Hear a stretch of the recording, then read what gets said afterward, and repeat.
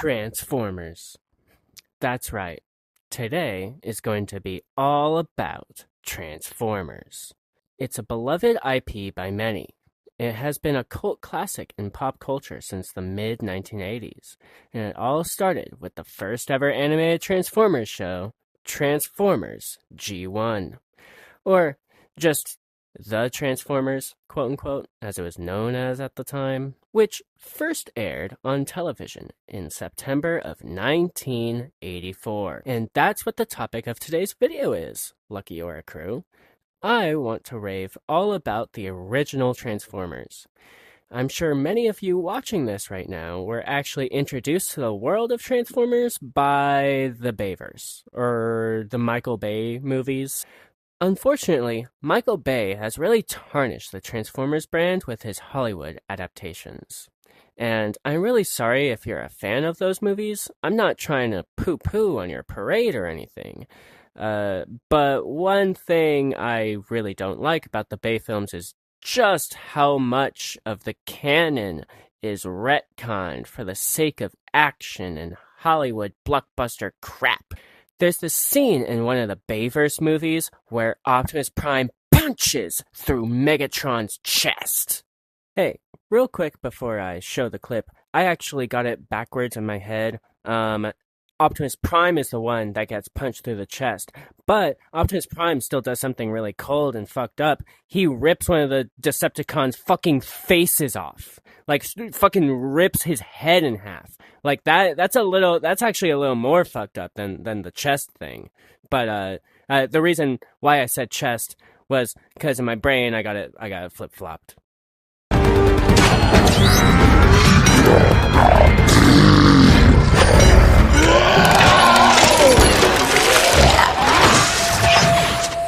And I feel like, for example, that would never happen.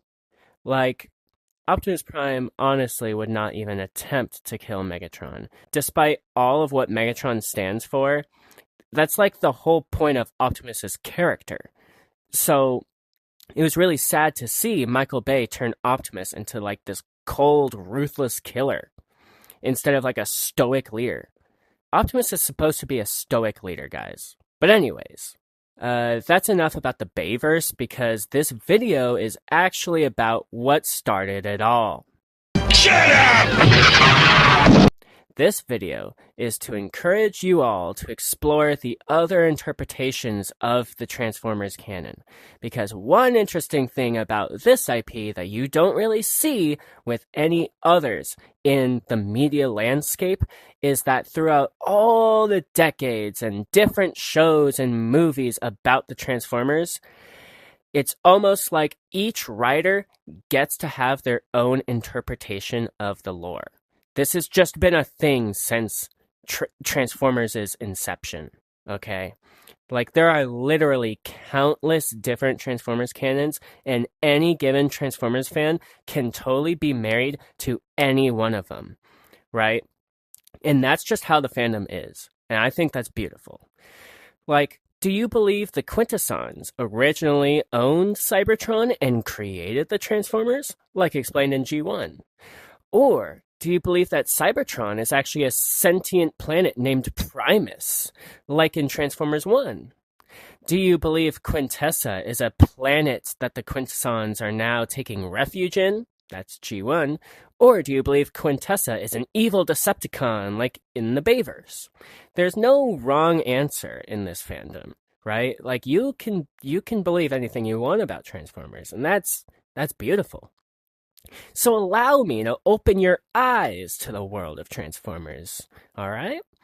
Oh, also, one more fun fact before I dive into the origins of Transformers. Did you know that there's an entire Marvel line of Transformers comics? Are you a fan of the Decepticon Shockwave? Well, in these comics, they flesh out Shockwave's backstory in such a badass way. It really makes the character so much cooler than he already is. Okay. Origin time. So, the Transformers actually originates from a series of toys from Japan called Diaclone. The original set of Diaclone toys that came out in Japan were immensely successful by kids at the time. So much so that the makers of the Diaclone toys, Takara, partnered with Hasbro in the US to make the toy line there as well, where they deemed it Transformers. In addition to also greenlighting the very first show for Transformers. So we can thank Hasbro for that. It was common practice at the time to create kids shows based off of a toy line, actually. This has already been happening at this point, sort of like a glorified commercial, but like way cooler.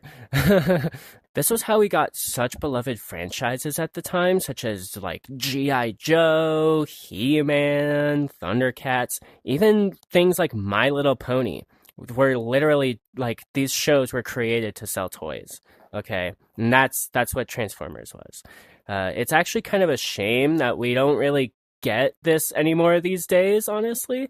At least it's far more rare. I can't really think of any modern examples like this. Let me know in the comments below if you can think of any examples. Like, educate me. But yeah, today I really just wanted to make this video as a sort of love letter to Transformers and its beginnings. I'm actually a huge Transformers fan, if you couldn't tell by 7 minutes and 45 seconds into this video already. I'm actually a huge fan of Transformers, and the original first generation of the series is my absolute favorite, although I do have another favorite series that's like right below G1, which maybe I'll talk about later. G1 is honestly so campy, but in like the best way ever. It's so funny and has so much charm that you don't see in other Transformers shows. Even the little animation errors that are common in G1 just have so much charm to it. Fun fact, the reason why G1 has so many animation errors in it is because back then, these episodes were being pumped out at an absolutely insane rate. All right? They had to essentially pump out these episodes, and a whole new, fresh episode every single weekday for like years. Okay, I think they ended up making 98 full-length episodes and an entire movie in just the span of 3 years. Absolutely mind-blowing. The reason for this cadence made a lot of sense at the time, as kids would come home from school and immediately want to watch cartoons, and so studios capitalized on this at the time, right? It's kind of sad we don't have that sort of thing anymore. I really find such a charm to this kind of production, but now all kids want to do these days is 6'7" and dance on their TikTok on their phones. Now for some more fun facts about the Transformers of this era. Circling back to the original Diaclone toys, did you know that the reason Megatron transforms into a little gun like this is because his original Diaclone toy actually transforms into that? They made no changes for the show because they wanted to sell the toys to kids. I always found that the contrast between Megatron's robot form and his alt form in the show to be extremely humorous. It's also cool how after he becomes Galvatron in the 1986 movie, he keeps this kind of alt form, but just transforms into a big plasma cannon. A plasma cannon strong enough to blow up a moon or a small planet, no less.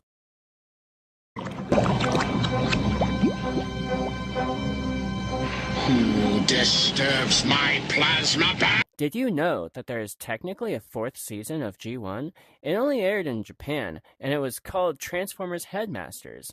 It was a direct continuation of the show that took place right after the events of Season 3. In fact, the last episode of Season 3 does actually set up the premise for what's to come in Transformers Headmasters, aka Season 4. This indicates to me that they originally had planned to air the last season in the United States as well, but it was canceled for some reason. Sad. The Transformers animated movie is infamous for making thousands of kids cry all around the world and shattering hearts. This is because back when the movie was getting made, Hasbro told the writers and producers to kill off some of the old characters to make room for new toys entering the line. What the writers ended up doing was shocking, however. They killed off nearly all of them, including Optimus Prime. Optimus Prime's death was literally traumatic to many kids. This is kind of why this sort of thing just doesn't happen in media anymore nowadays. Like, this was really big back then. But they didn't just kill Optimus. They got rid of Starscream, Soundwave, the rest of the Seekers. They got rid of nearly all of the Autobots except for, like, Grimlock and Hot Rod. More about him in a minute.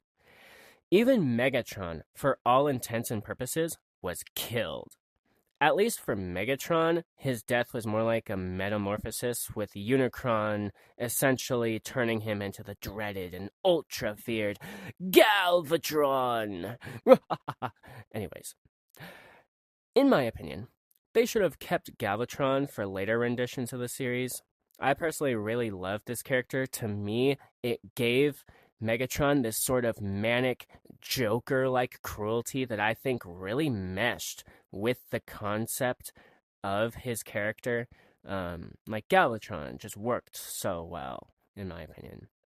Another hot take is that I also really liked what they did with Hot Rod. I think they should have given him more time as the new Prime that replaces Optimus in his death, because yes, Hot Rod does become Rodimus Prime. And what they do with his character arc is actually really interesting. They show Rodimus Prime's struggles with imposter syndrome as he settles into this new role as the leader of the Autobots. They show how Rodimus is constantly comparing himself to Optimus and how he thinks he didn't even deserve the matrix of leadership, right? And this is something Rodimus comes to terms with and settles with, and he grows as a leader, and it's really cool to see, in my opinion.